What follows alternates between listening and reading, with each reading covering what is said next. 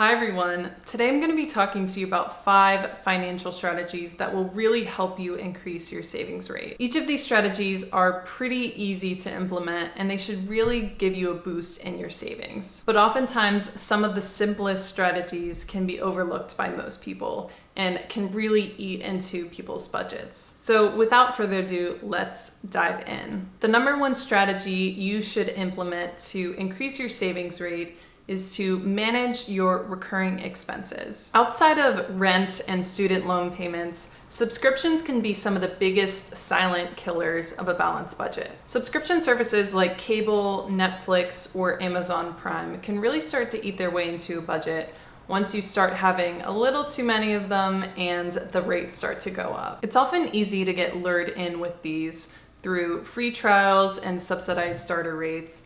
And oftentimes it's really easy to become complicit in accepting these rates as part of your budget. Take Netflix, for example. Their standard package costs around $12.99 a month, and it's pretty easy to view that as a reasonably low fee. But when you look through a macro lens, that's over $150 a year. All the while you could be renting movies and TV shows from your library for free. And this is just one example. Premium phone packages, cloud storage, and cable are just some of the things that could be eating into your budget without you even realizing it. So take an honest look at how often you actually use that service, and then think about the cost per use of that subscription. It's easy to see what could be cut out or reduced. So cutting out these unnecessary recurring expenses is really the first step to optimizing your budget. The second strategy to increase your savings rate is to increase your 401k contributions by 1% every year. So while some of the other strategies on this list require day-to-day changes, this one is pretty straightforward. If you do have a 401k account, you should plan to increase the amount that you're contributing to that account by 1% every single year. Doing this really shouldn't cause any shockwaves through your budget. This 1% increase is small enough that you shouldn't even really notice it, but it's an excellent way to make sure that you're increasing your savings rate every single year and setting your future self up for success. Some retirement sites even have an option to annually increase your contribution amount every year. This makes this strategy a set and forget method that will make a sizable impact on your retirement savings. The third strategy to increase that savings rate is to find cheap or free hobbies and entertainment. This is another area that can really eat its way into your budget. And while I'm in no way advocating for you to cut out something in your life that brings you joy, it's really important to look at the costs associated with hobbies and entertainment. For example, if you go out to the bars every Friday with your friends and spend, say, $30 on drinks and a $10 Uber ride home,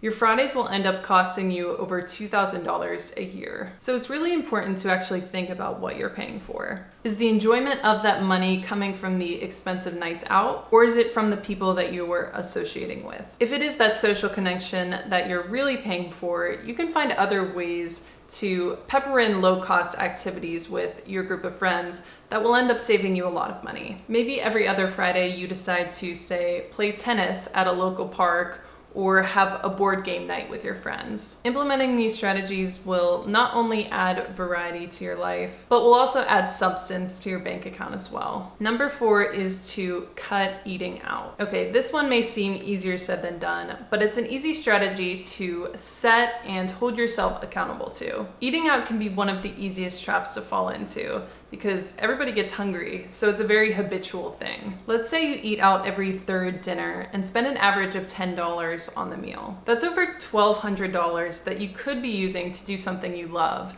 instead of doing something that's more habitual. And let me say, I'm definitely not advocating for you to stop eating out altogether, but instead think about the reason that you're eating out. Are you savoring the experience, the fun of it, the flavors? Or are you just doing it because it's convenient? There's definitely nothing wrong with treating yourself from time to time by having a nice dinner out. But when it becomes part of the weekly routine, that's when it really gets expensive. So maybe try setting a goal for yourself for the number of times that you're going to let yourself eat out every month. This is a surefire way to start eating healthier and also helping you save money. The fifth and final money strategy that you should be using to maximize your savings rate is to utilize meal prep. Your money isn't the only resource that you should be worried about budgeting. Your time is equally as important. There's no denying that cooking can be a daunting and time-consuming process, but by meal prepping and utilizing cheap meals, you can really utilize this time you spend cooking. As a general rule of thumb, when you're cooking, never just make one serving. If you always double the recipe that you're cooking, you're giving yourself free access to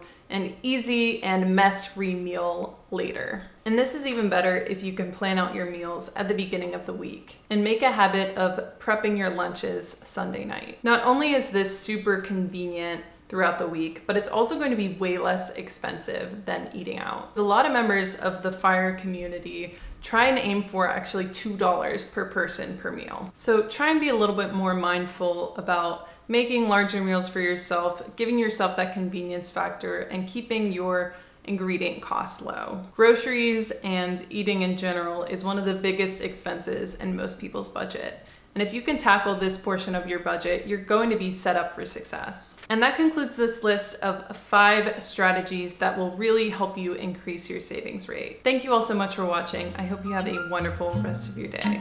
Bye.